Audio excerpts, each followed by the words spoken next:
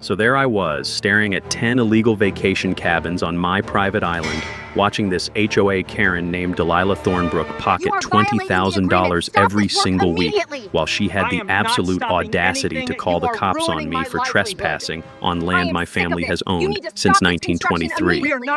The morning mist rising off Lake Winnebago couldn't mask the sound of her shrill voice echoing across the water, something about unauthorized personnel disrupting the guest experience.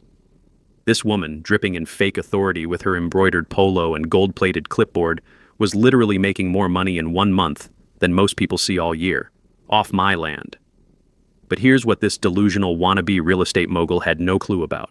Buried in my great-grandfather's dusty old deed was a legal nuclear bomb that would obliterate her million-dollar scam and leave her begging for mercy. What would you do if someone was making $80,000 a month off your property while threatening to arrest you? Drop A if you're living the dream, or A if you're trapped in HOA hell. Let me back up and tell you how I ended up in this absolute circus. My name is Jasper Caldwell, 52, retired electrician from Milwaukee who thought retirement meant fishing in peace, not battling a wannabe real estate mogul with delusions of grandeur. Pine Needle Island, all 4.3 glorious acres, has been in my family since my great-grandfather Ezra bought it in 1923 for what amounts to a decent dinner today. Growing up, that island was our sanctuary. Every summer, Dad and I would putt-putt out there in his ancient fishing boat, the smell of two-stroke oil mixing with fresh lake air and the promise of adventure. We'd camp under stars so bright they hurt your eyes, cook walleye over crackling fires, and listen to Grandpa Ezra's stories about when Lake Winnebago was still wild country. The cabin we built in the 70s wasn't the Ritz, 3 rooms, leaky roof, and a screened porch held together by duct tape and prayers, but to a suburban kid, it was paradise. Then life happened with all the grace of a drunk moose. College, marriage, kids, career, and a job transfer that dragged me to Florida for 15 years of sweating and missing real seasons. The cabin got old, the roof gave up, and when that monster storm in 2019 finally put it out of its misery, I figured I'd deal with it eventually. You know how eventually works. It's code for when hell freezes over. Enter Delilah Thornbrook, stage left, with all the subtlety of a tornado in a trailer park. This delightful specimen moved to Riverbend Shores in 2020, fresh from Chicago with a white BMW sporting a blessed license plate, which should have been everyone's first red flag. Within 6 months, she'd crowned herself HOA president and appointed herself supreme commander of everything within eyeshot. Her signature move? Recording violations on her phone while using that customer service voice that makes dentist drills sound pleasant. When I finally dragged myself back to Wisconsin last spring, newly single, financially lighter, and dreaming of rebuilding, I discovered Delilah's little surprise. 10 matching log cabins arranged across my island like a perverted summer camp. Professional Airbnb signs everywhere. Thornbrook Island Retreat, $350 night. Security cameras, expanded docks, even a cutesy gift shop painted in that fake rustic style that makes real outdoorsmen weep. The sound of power tools hammered across the water as crews built Cabin 11.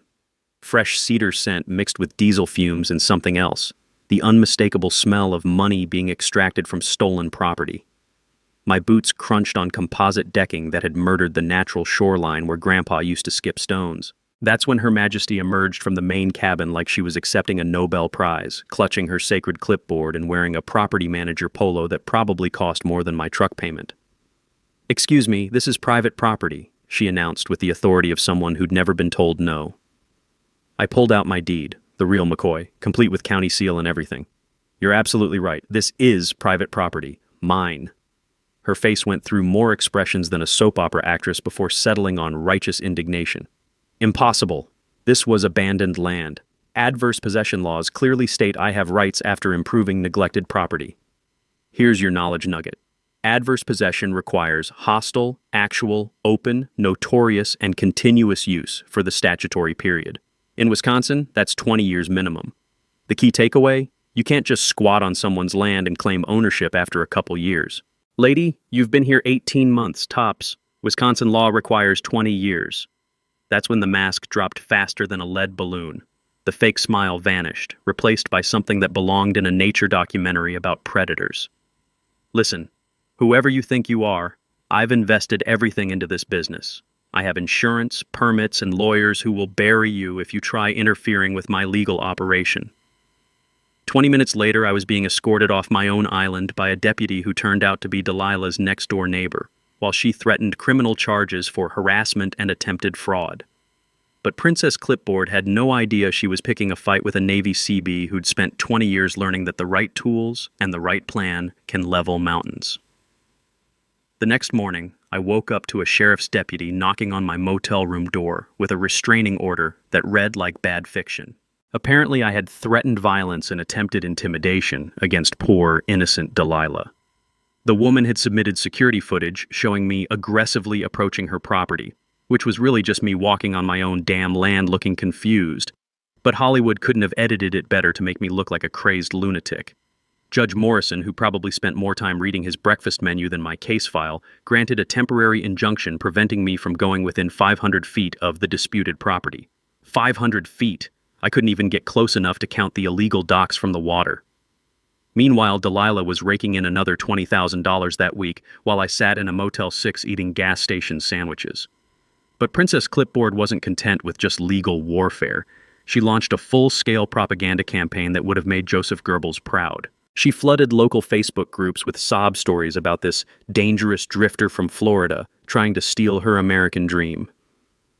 The smell of fresh coffee and manufactured outrage filled the Riverbend Community Center as she held court at the weekly HOA meeting, complete with crocodile tears and a victim complex the size of Texas. This man appeared out of nowhere claiming ownership of property that's been abandoned for years, she told the assembled crowd, dabbing her eyes with tissues that probably cost more than most people's lunch. I've invested my life savings, created jobs, brought tourism revenue to our beautiful community. Now he wants to destroy everything because of some dusty old piece of paper that could be fake for all we know. 3 HOA board members, coincidentally, all within smelling distance of her money, signed affidavits supporting her claim. The local Riverbend Gazette ran a puff piece titled "Local Businesswoman Fights Attempted Land Grab," complete with a photo of Delilah looking like Mother Teresa in a polo shirt. The reporter never bothered calling me for comment, probably because Delilah told him I was too unstable for interviews. While she was busy playing victim on social media, I was getting my hands dirty in the basement of the Winnebago County Courthouse. Let me tell you, 20 years as an electrician teaches you that the real answers are usually hidden in the places nobody wants to look. Like courthouse basements that smell like mothballs and broken dreams but contain legal gold if you know how to dig. That's when I remembered something my old mentor used to say. Property deeds are like electrical schematics. The devil's in the details everyone ignores. He was right. Most people just look at the summary from their title company, but I'd learned from rewiring old houses that you always go back to the original blueprints. So I requested the complete 1923 deed, not just the modern copy, and struck legal uranium. My great-grandfather's deed wasn't just about surface ownership. It included riparian rights extending 200 feet into Lake Winnebago. Every single one of Delilah's fancy docks violated those water rights. Better yet, her boat rental operation required commercial permits from the Wisconsin DNR that she'd conveniently forgotten to obtain. Operating without those permits carried fines that would make a lottery winner nervous. But the real kicker came when I started digging through tax records. Remember how she claimed the land was abandoned and she had adverse possession rights? Well, this brilliant legal scholar had been paying property taxes on the island for 18 months and writing it off as a business expense on her federal taxes. Her LLC filing with the state literally listed the property as acquired through adverse possession pending legal confirmation. The woman knew the ownership was questionable but had been treating my island like her personal piggy bank anyway. It was like watching someone rob a bank while filling out a loan application for the same money. Time to bring in the heavy artillery. I hired Stella Vaughn, a probate attorney who looked like everyone's sweet grandmother until she started discussing property law, then transformed into a legal shark with reading glasses and zero tolerance for nonsense. "Jasper," she said after reviewing my evidence, her pen scratching notes like a woodpecker on steroids, "this woman has violated so many laws I'm getting carpal tunnel just listing them. Riparian rights violations, unpermitted commercial operations, false tax filings, perjury on the restraining order application. It's like she used a magic 8-ball to make legal decisions." We filed a countersuit that read like a property owner's revenge fantasy: theft, fraud, conversion, riparian rights violations, and operating without permits. Total damages, $900,000 in stolen rental income plus removal costs for all unauthorized improvements. But here's where it got delicious. Stella's paralegal discovered that Delilah's restraining order was completely bogus. The security footage she'd submitted to prove I was threatening actually showed me checking my phone and scratching my head. Hardly the behavior of someone planning violence. She'd committed perjury to get that order, and in Wisconsin, lying under oath bites back harder than a rabid badger. Within a week, we had the restraining order dissolved and Delilah explaining to her increasingly nervous lawyer why she'd lied in court. The woman who thought she could bulldoze a Navy Seabee was about to learn what happens when you bring a clipboard to a legal gunfight. Just when I thought Delilah couldn't get more desperate, she pulled out a move that would have impressed a Vegas con artist. 3 days after losing her restraining order, I got a call from some outfit called Winnebago Hospitality Group, offering to buy my island for the bargain basement price of $75,000.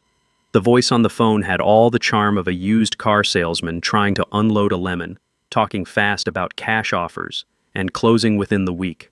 It took Stella's investigator about 10 minutes to trace the shell company back to Delilah's mother's address in Kenosha. This woman was trying to buy stolen property from the guy she'd stolen it from, using a fake company that probably existed only on paper and wishful thinking. When I declined her generous offer to rob myself, the gloves came off completely. Suddenly, my life became a series of unfortunate coincidences that would have made Lemony Snicket jealous. My boat trailer mysteriously developed flat tires in the marina parking lot, both sides naturally. The security cameras at the courthouse started malfunctioning every time I showed up to do research, leaving gaps in the footage that looked like Swiss cheese. Fake online reviews appeared claiming I'd harassed vacationing families and threatened their children, complete with photos that were obviously photoshopped, but convincing enough to fool people who get their news from Facebook memes. The smell of diesel and desperation hung over the marina as Delilah's maintenance crew, which looked suspiciously like the guys who'd been building her illegal empire, worked overtime to make my visits as unpleasant as possible. They'd rev their engines whenever I tried to use my phone, blast country music at volumes that violated several noise ordinances, and generally act like territorial guerrillas protecting their banana supply. But the real masterstroke came when someone filed an anonymous tip with the Wisconsin DNR claiming I was poaching fish illegally and harassing wildlife. This resulted in a visit from Conservation Warden Johnson, a no-nonsense woman who looked like she could arrest a grizzly bear with her bare hands. After 20 minutes of explaining my situation and showing her my valid fishing license, she started asking very pointed questions about who might have made such a ridiculous complaint. Meanwhile, Delilah was working social media like a part-time influencer with a full-time victim complex. She created a Facebook group called Save Riverbend Tourism that attracted every small-town gossip and keyboard warrior within 50 miles. The posts were masterpieces of selective editing, video clips showing me arguing aggressively that conveniently cut off right before showing her screaming like a banshee, and testimonials from concerned citizens who'd probably never set foot on the lake. Local Channel 7 picked up the story as a classic David versus Goliath battle, except they cast Little Miss Clipboard as David fighting the big, scary veteran. The irony was thicker than Wisconsin cheese, a woman stealing nearly $1 million in property portraying herself as the underdog against a guy living in a motel and eating ramen noodles. But while Delilah was busy playing the victim card like a professional poker player, I was learning some very interesting things about her financial situation. You know how they say follow the money? Well, I followed it right into a crater the size of Lake Superior. Court records from Illinois show that our entrepreneurial hero owed $380,000 on her mainland property, thanks to a failed business venture called Thornbrook Event Planning that had crashed and burned harder than the Hindenburg. The bankruptcy filing made for fascinating reading. Apparently, Delilah had a talent for aggressive expansion, followed by spectacular failure. She'd tried running a boutique, a catering company, and some kind of consulting firm, each one ending in lawsuits and angry creditors. The island rental income wasn't just her main revenue source. It was her only revenue source, the financial life raft keeping her from drowning in debt. This revelation led to another discovery that made my electrician's brain practically short-circuit with excitement. Remember how she'd been inflating her rental numbers to look successful? Well, she'd been using those same inflated numbers to secure additional business loans from 3 different banks. The woman was living in a house of cards built on a foundation of lies, and I was about to become a very strong wind. Stella had been busy too, digging up a 1987 Wisconsin Supreme Court case called Muller v. Shoreline Developments that was so perfect for our situation, it was like legal destiny. The case established that paying property taxes under mistaken ownership doesn't create legal title, and that commercial operations actually work against adverse possession claims rather than supporting them. In other words, every dollar Delilah made from her illegal rentals was evidence against her own case. The community support was starting to shift too, like a tide turning after the storm. I'd connected with some of my great-grandfather's old fishing buddies, guys in their 70s and 80s who remembered the Caldwell family reunions on the island going back to the 1960s. They had photo albums full of evidence showing continuous family use, and they were madder than wet hornets about what Delilah had done to their fishing spots.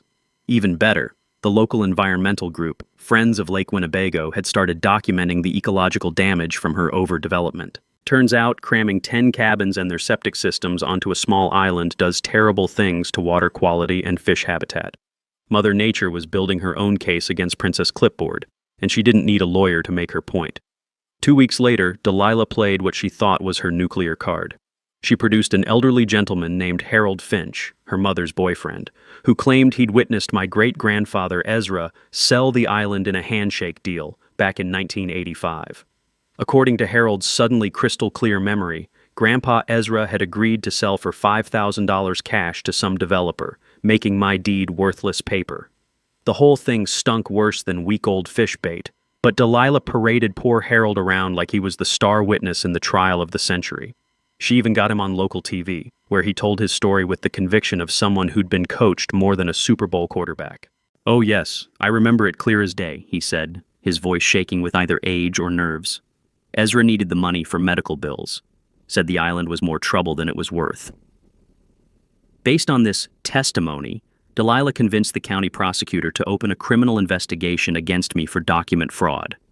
Suddenly, I wasn't just fighting a civil case. I was potentially facing felony charges for forging historical documents and attempting to defraud a legitimate business owner. The irony was so thick you could cut it with a chainsaw. But here's where Delilah's desperation started showing. She hired some Chicago PR firm to completely reframe the narrative. Suddenly, she wasn't just a businesswoman. She was Grandma Delilah, an elderly widow who'd invested her late husband's life insurance into bringing economic opportunity to rural Wisconsin. The GoFundMe she set up raised $23,000 in 2 weeks, complete with photos of her looking frail and vulnerable that must have required professional lighting.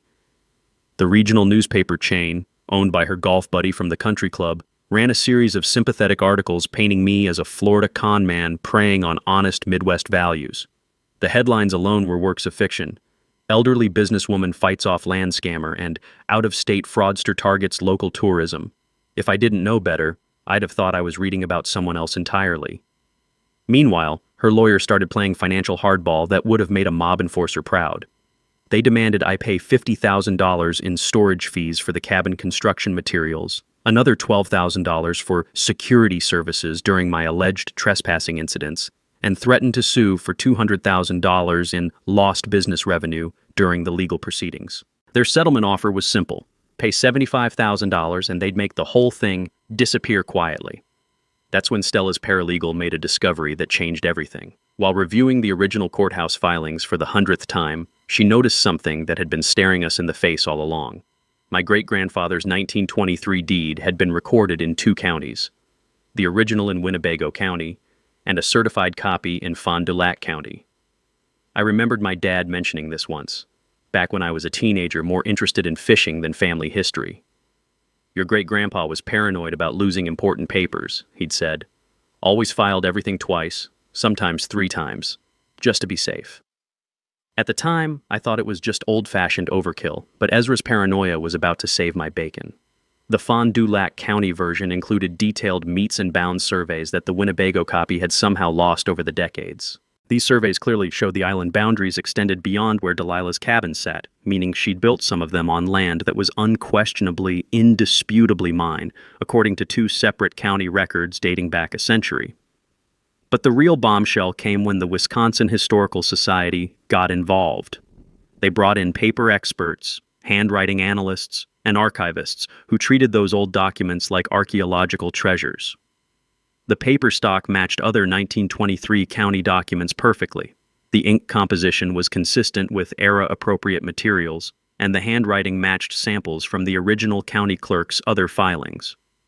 Forging documents this accurately would require resources and expertise that didn't exist in 1923, explained Dr. Margaret Webb, the state's leading expert on historical document authentication.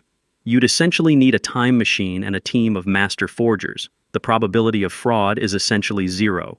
Meanwhile, Harold Finch's credibility was crumbling faster than a sandcastle in a hurricane. Stella's investigation revealed that Harold had been diagnosed with early-stage dementia in 2018, with medical records clearly showing progressive cognitive decline.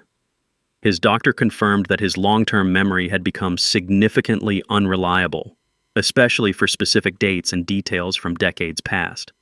Even more damaging was the discovery of a $5,000 consulting fee that Delilah had paid Harold just 2 weeks before his miraculous memory recovery. Bank records don't lie, even when witnesses do, and suddenly the county prosecutor was asking very pointed questions about witness tampering and perjury. The criminal investigation against me evaporated overnight when prosecutors realized they'd been played by a woman whose desperation had finally outpaced her cunning. Delilah went from criminal complainant to potential defendant faster than you could say, obstruction of justice, and her legal team started looking like they'd rather be anywhere else on earth. But I was just getting warmed up. With 2 counties' worth of documentation, expert testimony, and proof of witness tampering, I had everything I needed to not just win my island back, but to make sure Delilah learned an expensive lesson about the difference between confidence and competence. 3 months into this legal circus, Stella called me with excitement crackling in her voice like electricity through wet wires. She'd been doing what she called archaeological lawyering through my great-grandfather's papers. Old Ezra apparently kept records like he was planning to be audited by God himself. "Jasper, pour yourself something strong and sit down," she said.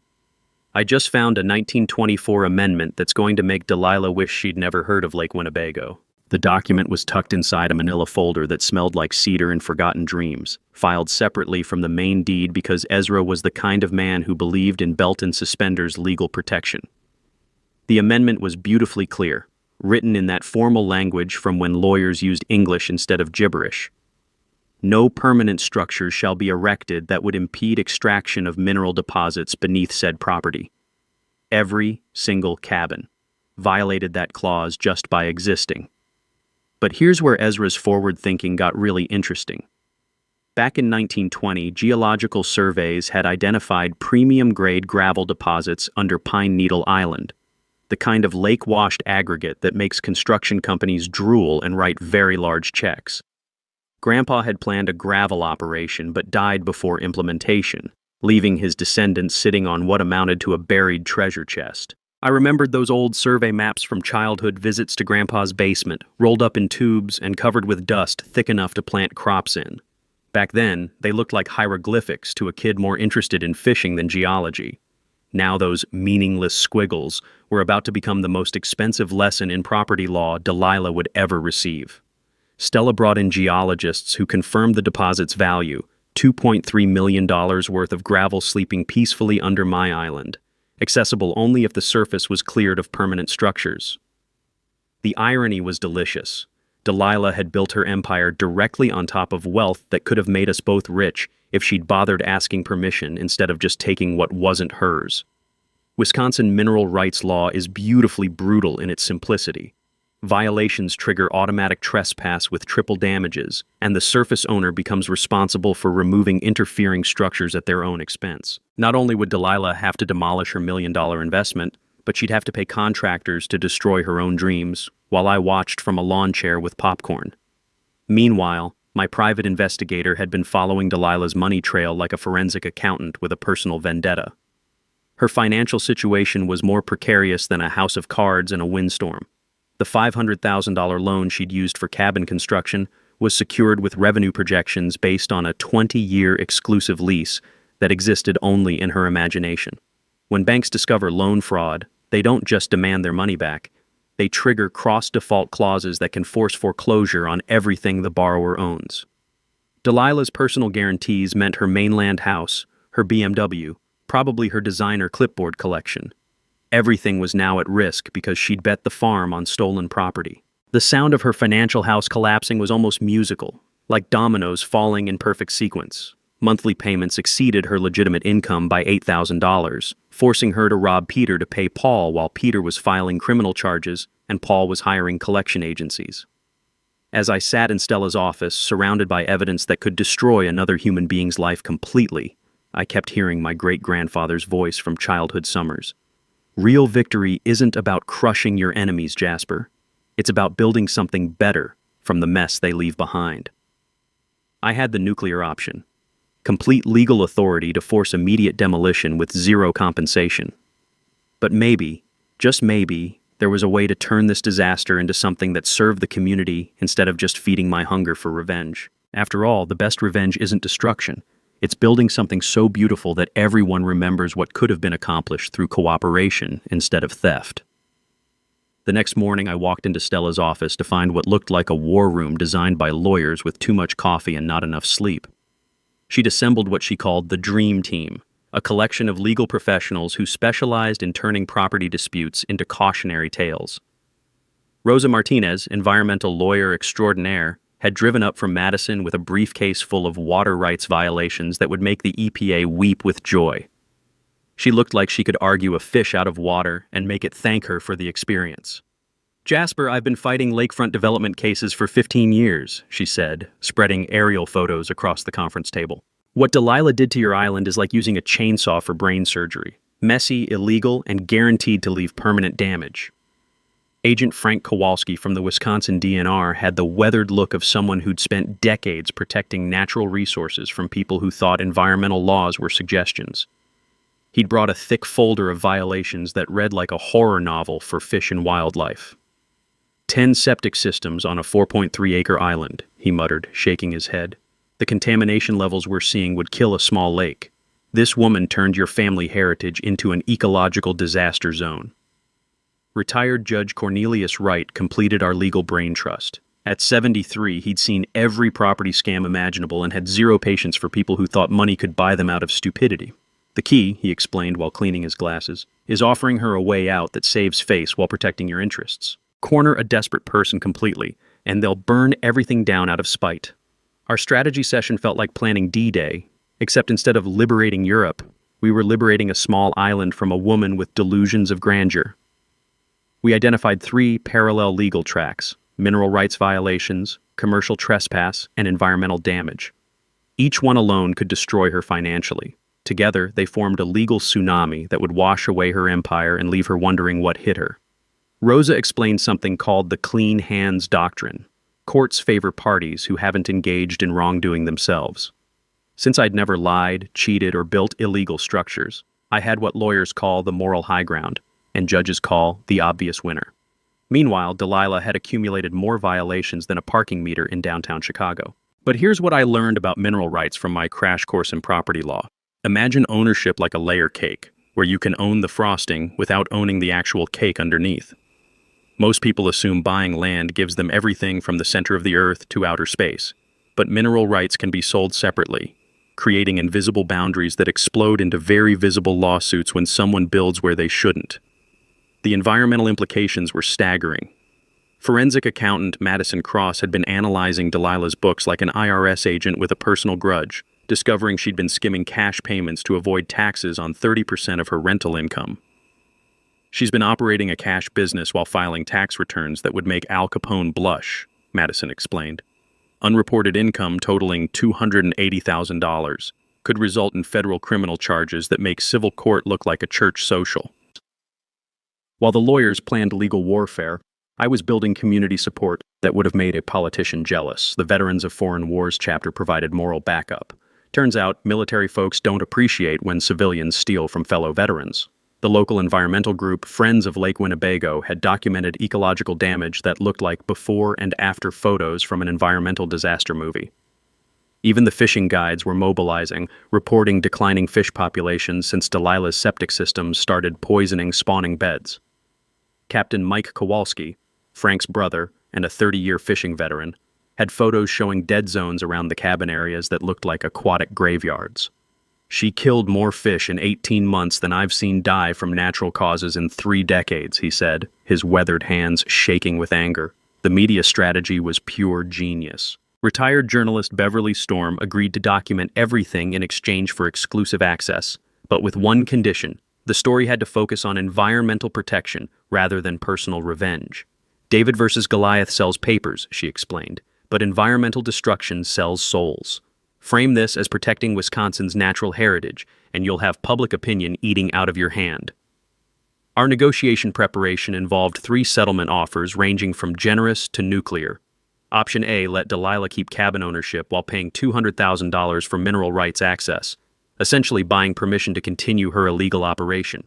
Option B required her to remove all structures at her own expense while I waived financial damages. Option C involved full enforcement of every legal right I possessed, guaranteeing her complete financial destruction. Stella's psychological profile suggested Delilah fit the pattern of what she diplomatically called a malignant narcissist, someone who'd escalate rather than negotiate reasonably when cornered. Expect emotional manipulation, fake tears, and victim playing worthy of an Oscar nomination, she warned. This woman will burn her own house down before admitting she was wrong. As we prepared for what felt like the legal equivalent of the final showdown in a Western movie, I couldn't help thinking about my great-grandfather's stories of helping neighbors during tough times. Maybe there was a way to turn this mess into something that served the community, instead of just satisfying my desire for justice. Just when I thought Delilah couldn't sink any lower, she proved that desperate people have no bottom to their barrel of bad ideas. Within 48 hours of our legal team formation, she launched what could only be described as a going-out-of-business sale for stolen property. Suddenly, all 10 cabins appeared on real estate websites at fire sale prices. $45,000 each for luxury lakefront retreats that normally would cost twice that much. Her sales pitch was pure snake oil salesmanship. Investment opportunity won't last long, minor paperwork dispute being resolved quickly. She was literally trying to sell my own property to innocent buyers who'd become unwitting accomplices in her fraud. The woman had more nerve than a dentist with Parkinson's disease. But the real masterpiece was her social media blitzkrieg. Delilah hired some outfit from Milwaukee that specialized in reputation management, which is apparently code for making guilty people look like victims on Facebook. Suddenly, my phone started buzzing with notifications from fake accounts flooding every local group with stories about how this dangerous PTSD veteran was threatening peaceful business people and trying to destroy the local economy. The posts were works of fiction that would have made Stephen King jealous. Anonymous accounts with generic names like Concerned Mom 2024 and Riverbend Resident shared eyewitness accounts of me screaming at children, threatening tourists, and exhibiting clearly unstable behavior that endangers our community.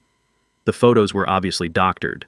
My head photoshopped onto the body of someone twice my size, throwing what appeared to be a temper tantrum.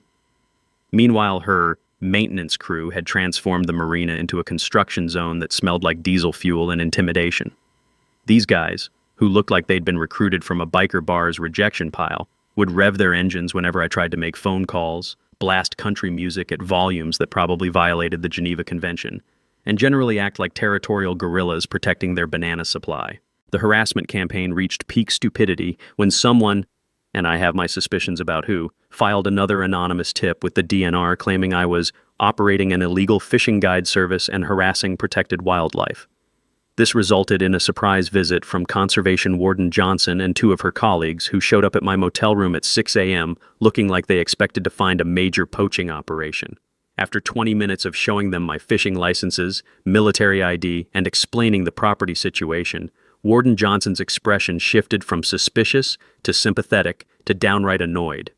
"Mr. Caldwell, someone's been filing a lot of complaints about you lately, all of them anonymous, all of them unsubstantiated, and all of them coming from the same IP address. You wouldn't happen to know anyone who might have a grudge against you, would you?"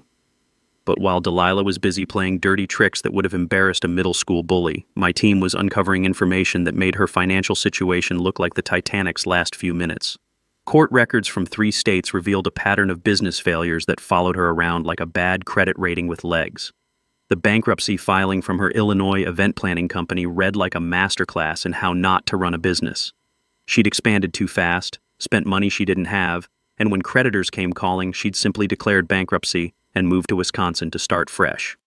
Except fresh start apparently meant same terrible business practices, different state. More damaging was the discovery that her island rental income wasn't just her main revenue source, it was her only legitimate income. Every dollar she'd made in the past 18 months came from my stolen property. She was like a parasite that had attached itself to my family's legacy and been feeding off it ever since. The private investigator's report revealed that she'd been using inflated rental projections to secure loans from multiple banks simultaneously. The same fake revenue numbers that made her look successful on paper had been submitted to 3 different lenders, none of whom knew about the others. When banks discover they've been lied to about collateral and income, they don't just get upset, they get criminal investigators involved.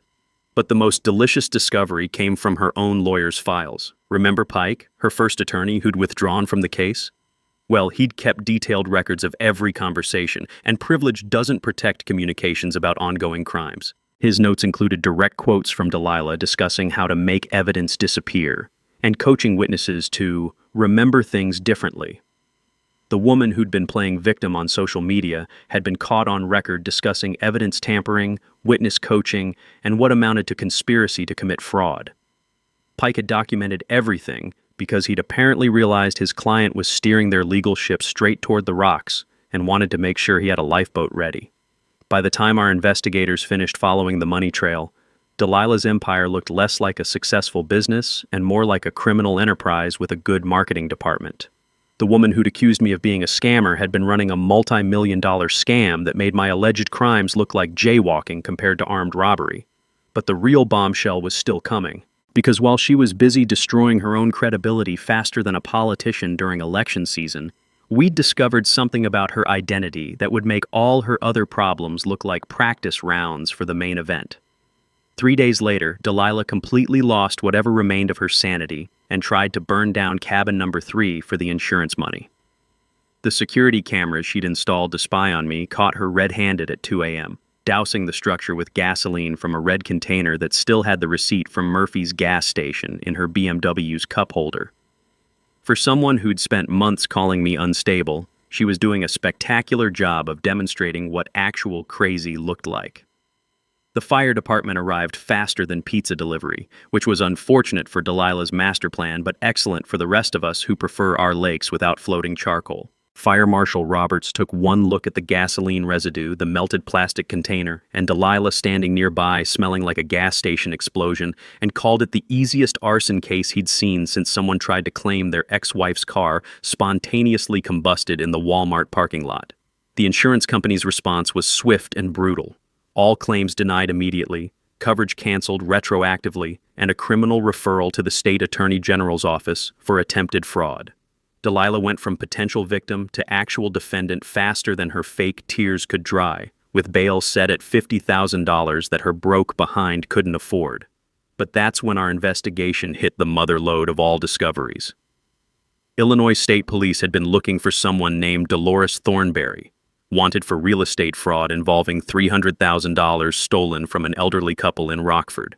The fingerprints from Delilah's booking matched perfectly with their fugitive database, revealing that our HOA Karen wasn't just a local scammer, but a career criminal who'd been operating under a false identity for 3 years.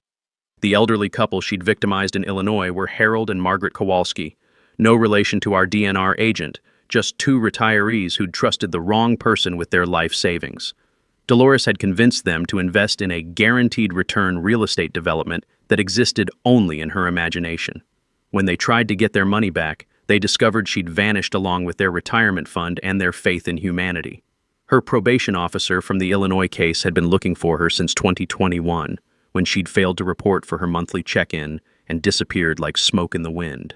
Operating the island rental business under a false identity, while on probation for financial fraud, wasn't just stupid. It was a federal crime that carried serious prison time with no possibility of the kind of legal gymnastics that had kept her out of trouble before. The fake identity documents were impressive enough to fool most casual observers, but crumbled under professional scrutiny faster than a house of cards in a hurricane. Birth certificate, social security card, driver's license, all expertly forged but traceable to a document mill in Chicago that specialized in helping people disappear from their past mistakes. Unfortunately for Dolores, now Delilah, the FBI had been tracking that particular operation for months. Meanwhile, her remaining supporters were abandoning ship like rats from the Titanic. The crisis management firm she'd hired issued a terse statement terminating all professional relationships effective immediately, after learning their client was a wanted fugitive. The HOA board voted unanimously to remove her as president and expel her from the organization, with one member commenting that, "We don't associate with criminals, regardless of their customer service skills." Most painfully, her own mother publicly disowned her during a live radio interview that became local legend. "I don't have a daughter named Delilah," Mrs. Thornberry announced with the finality of a judge passing sentence. "I raised Dolores to be better than this, but apparently some people are determined to make their own choices and live with the consequences." The financial house of cards she'd built on my stolen island was collapsing with mathematical precision. Business bank accounts frozen by court order, personal accounts seized for environmental cleanup costs, and every piece of rental equipment from generators to furniture being repossessed by companies that had finally figured out they'd been doing business with a ghost. The booking cancellations started immediately when news broke about her arrest. Families who'd planned Lake Winnebago vacations suddenly discovered they'd given deposits to a wanted criminal operating illegal accommodations on stolen property. The refund requests created a stampede toward empty bank accounts that couldn't satisfy a fraction of the demands. But the most satisfying moment came when her fourth lawyer, she was burning through legal representation faster than she burned through other people's money, filed a motion requesting protective custody because Dolores was receiving death threats from defrauded victims. And the woman who'd spent months painting me as a dangerous criminal was now begging for police protection from the people she'd actually victimized. Standing in Stella's office, watching the evening news cover the Delilah Thornbrook identity fraud scandal, I felt something I hadn't experienced in months. Genuine satisfaction mixed with a healthy dose of anticipation. Tomorrow was the emergency court hearing that would determine whether this career criminal would finally face consequences for her actions, or if she'd somehow slip through the cracks one more time. But after watching her burn down her own cabin while standing in a puddle of gasoline, I was pretty confident that luck had officially run out for the woman with more aliases than a spy novel and less sense than a box of rocks. The morning of the emergency court hearing felt like the Super Bowl, election night, and a public execution all rolled into one media circus that would have made P.T. Barnum weep with envy. By 8 a.m., the Winnebago County Courthouse parking lot looked like a tailgate party for justice, with 3 TV news trucks, 2 radio station vans, and enough reporters to staff a small newspaper camped outside the building. Judge Patricia Blackwood, a former environmental prosecutor who'd built her reputation by making corporate polluters cry into their offshore bank accounts, was presiding over what everyone knew would be the final act of Delilah's theatrical production. The courtroom was packed beyond fire code limits with 50-plus spectators who'd been following this soap opera like it was appointment television. Delilah arrived 20 minutes late looking like she'd been dressed by a tornado, wearing a wrinkled business suit that had probably seen better decades and carrying herself with all the confidence of someone walking to their own execution. Her new attorney, number 5 by my count, looked like he'd rather be prosecuting tax fraud in Milwaukee than defending this train wreck of a client. "Your Honor," he began with the enthusiasm of someone reading terms and conditions, "I've had insufficient time to review this complex case, but my client maintains her innocence regarding all property-related charges." It was the legal equivalent of showing up to a gunfight with a butter knife and apologizing for being underdressed. Stella stood up with the predatory grace of a shark who'd been circling wounded prey for months. She methodically presented the 1923 deed, the 1924 Mineral Rights Amendment, geological surveys, historical authentication, and enough documentation to choke a law library.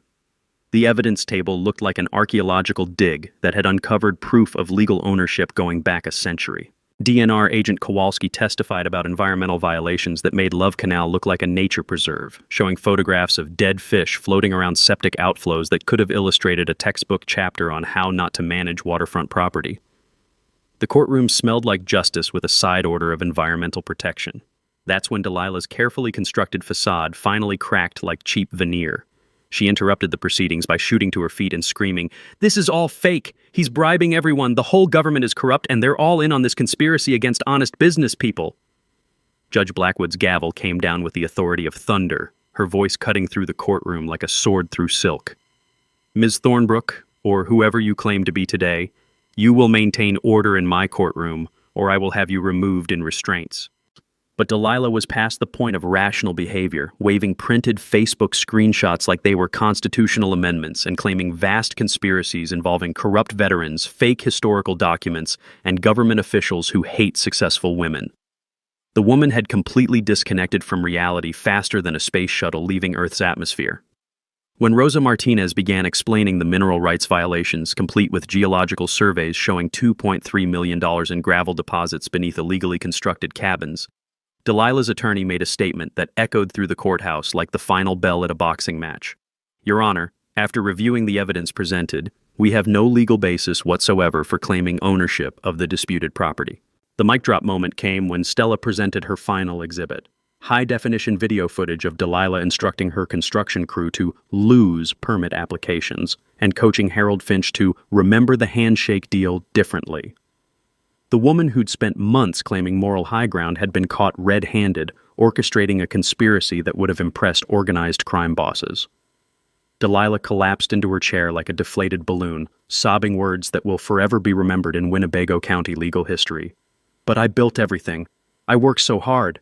It's not fair that some old piece of paper can destroy my whole life. Judge Blackwood's response was delivered with the precision of a surgical strike. Ms. Thornberry, and yes, we know who you really are. The court orders immediate cessation of all commercial activity on Pine Needle Island, forfeiture of all improvements as compensation for trespass and environmental damage, and referral of criminal charges to appropriate federal authorities. The gallery erupted in spontaneous applause that had to be gavelled down, while DNR agents simultaneously served environmental cleanup orders and sheriff's deputies escorted the sobbing defendant from the courthouse. The media captured every moment of her complete breakdown for the evening news, creating footage that would become required viewing in property law classes for decades to come. Outside the courthouse, with Lake Winnebago visible in the distance and American flags waving overhead, I held up my great-grandfather's original deed for photographers who'd turned this legal victory into front-page news across 3 states. Veterans in the crowd saluted while environmental activists hugged each other and wept with relief. The woman who'd stolen my family legacy was finally facing consequences, but more importantly, the lake was about to be restored to the natural beauty that had inspired 4 generations of Caldwell family memories.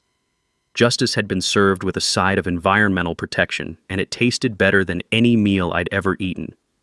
6 months later, Pine Needle Island looked like Mother Nature had hired the world's best restoration crew and given them an unlimited budget.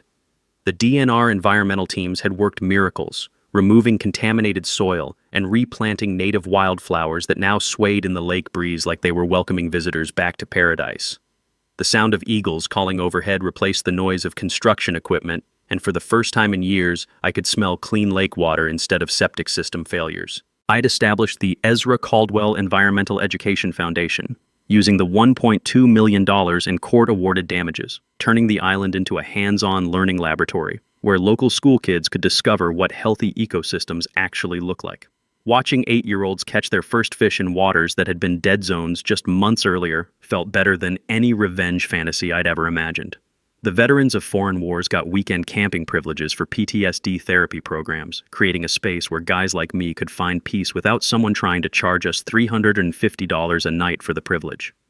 Saturday mornings on the island now featured the sound of veterans sharing stories around campfires instead of tourists complaining about Wi-Fi speeds. As for Dolores Delilah Thornberry, karma delivered justice with the efficiency of a Swiss watch. After pleading guilty to federal fraud charges to avoid a trial that would have lasted longer than some marriages, she was sentenced to 4 years in federal prison with no possibility of parole. The Illinois victims she'd defrauded finally got some closure, even if they never recovered their stolen retirement money. Her complete financial collapse was so thorough it could have been used as a case study in business schools under what not to do when you're already in legal trouble. The cabin demolition materials were donated to Habitat for Humanity, turning her illegal empire into affordable housing for families who actually deserve decent places to live. Even her BMW was auctioned off, with proceeds funding water quality monitoring equipment for the entire lake. Personal healing came in waves, like the gentle lapping of lake water against the dock of the new cabin I'd built using sustainable materials and green technology. My scattered family started showing up for the first reunions in 15 years, drawn back to the island by curiosity about the legal battle they'd been following on social media. Cousins I hadn't seen since childhood brought their own kids to experience the same magic that had shaped my youth. The best surprise was meeting Sandra Ellis, an environmental lawyer who'd volunteered with the restoration project and shared my passion for protecting natural spaces from people who viewed them as profit opportunities. Turns out, there's something romantic about fighting for environmental justice together, especially when you win and get to enjoy the results over morning coffee while watching sunrise paint the lake in shades of gold. The legal precedents we'd established rippled across Wisconsin like stones thrown into still water. Jasper's Law strengthened property ownership verification requirements, making it much harder for future con artists to pull similar scams. 3 other lake communities discovered and challenged illegal developments after learning about our case, proving that sometimes one victory can inspire others to fight for what's rightfully theirs.